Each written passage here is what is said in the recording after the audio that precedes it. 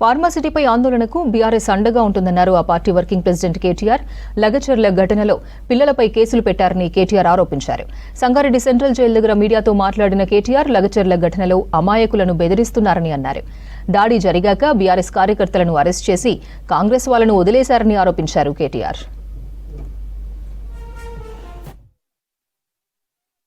ఈ 70 మందిని తీసుకపోతే 2 డీసీఎంలు ఎక్కించి తీసుకపోతే అందులో ఎవరెవరు బీఆర్ఎస్ వాళ్ళను మాత్రమే ఇవాళ 21 మందిని రిమాండ్కు పంపినారు. మిగతా వాళ్ళందరినీ ఇంటికి పంపినారు. అలా కాంగ్రెస్ వాళ్ళు దాడి చేసిన వాళ్ళల్లో ఇప్పుడు నేను చెప్పిన పేర్లు ఉన్నాయి, వీడియోలో కనబడతారు, మీరు చూడండి. వాళ్ళని మాత్రం ఇంటికి పంపి ఎవరెవరైతే బీఆర్ఎస్ వాళ్ళనే పెట్టండి జైల్లో అని చెప్పి ఈ దాడి మొత్తం బీఆర్ఎస్ వాళ్ళే చేయించిండ్రు. ఈ దాడి మొత్తం రాజకీయ దాడి, ప్రజలు చేసింది కాదు అనే ఒక కుట్ర ప్రభుత్వం చేస్తున్నది. అనుముల రేవంత్ రెడ్డి చేస్తున్నాడు, ఆయన అన్న అనుముల తిరుపతి రెడ్డి ఆ మండల కాంగ్రెస్ పార్టీ అధ్యక్షుడు చేస్తూ ఉన్నాడు. అరాచకం ఏంటంటే 21 మంది మొత్తం ఎస్సీ ఎస్టీ బీసీ రైతులు, ఒక ఆయన విష్ణువర్ధన్ రెడ్డి అని ఆయన కూడా ఉన్నాడు, ఆయన కూడా పాపం ఇంట్లో ఉన్నాడు. వాళ్ళందరినీ పిచ్చి కొట్టుడు కొట్టినారు, చిత్రహింసలు పెట్టినారు, 3rd డిగ్రీ టార్చర్ పెట్టినారు. కొడంగల్ సిఐ, కొడంగల్ ఎస్ఐలు, వికారాబాద్ ఎస్పీ ఆయన పేరు నారాయణ రెడ్డి, వీళ్ళంతా కలిసి వీళ్ళను చిత్రహింసలు పెట్టినారు. 3 గంటలు కొట్టినారు. ఒక్కొక్కరిని చూస్తూ ఉంటే ఇప్పుడే మా అక్క చెప్పినట్టు కాళ్ళు చేతులు కమిలిపోయి ఉన్నాయి. మేము అడిగినాం, మరి ఎందుకు మెజిస్ట్రేట్ ముంగట చెప్పలేదు, కొట్టినాడు ఎందుకు చెప్పలేదు అన్నాం. మీరు చెప్తే మళ్ళా కొడతాం, మీ ఇంటికి పోయి మీ ఇంటోళ్ళని కొడతామని చెప్పినారు.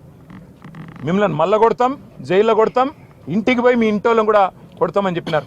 ఎట్లయితే కూంబింగ్ ఆపరేషన్ చేస్తారో 100 మంది పోలీసులు వచ్చి ఇంటింటికి పోయి తలుపులు దర్వాజాలు తన్నుకుంటూ గుద్దుకుంటూ పగలగొట్టుకుంటూ తాగి బూతులు మాట్లాడుతూ కొంతమంది ప్రైవేట్ వ్యక్తులు, నేను పోలీసు వాళ్ళు అంటలేను, ప్రైవేట్ వ్యక్తులు కొంతమంది కాంగ్రెస్ పార్టీకి సంబంధించిన వాళ్ళు తాగి బూతులు మాట్లాడుతూ ఆ ఇండ్ల మీద దాడి కూడా చేయడం జరిగింది. అక్కడ ఉన్న మహిళలు, అక్కడ ఉన్న ముసలోళ్ళని భయభ్రాంతులు, పిల్లలని భయభ్రాంతులకు గురి చేయడం జరిగింది.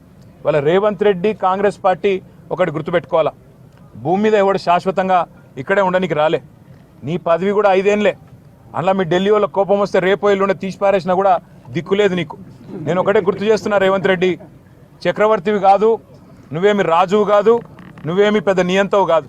నీలాంటి వాళ్ళు చాలామంది వచ్చిండ్రు, చాలా మంది వస్తారు ఇంకా భవిష్యత్తులో. ఒకటి మాత్రం పక్కా, పేదవాళ్ళతోని ఎస్సీ ఎస్టీ బీసీలు చిన్న సన్నకారు రైతులు ఉన్న మొత్తం భూమిని నేను గుంజుకుంటా, ఏమన్నా చేస్తా, నేను కొడంగల్ మాత్రం మా అల్లునికి ఫార్మా కంపెనీ పెట్టిస్తా అంటే ఇది తెలంగాణ సమాజం మాత్రం తప్పకుండా తిరగబడుతుంది. ఇలా కొడంగల్ మరలబడ్డది, రేపు తెలంగాణ మొత్తం మరలబడుతుంది.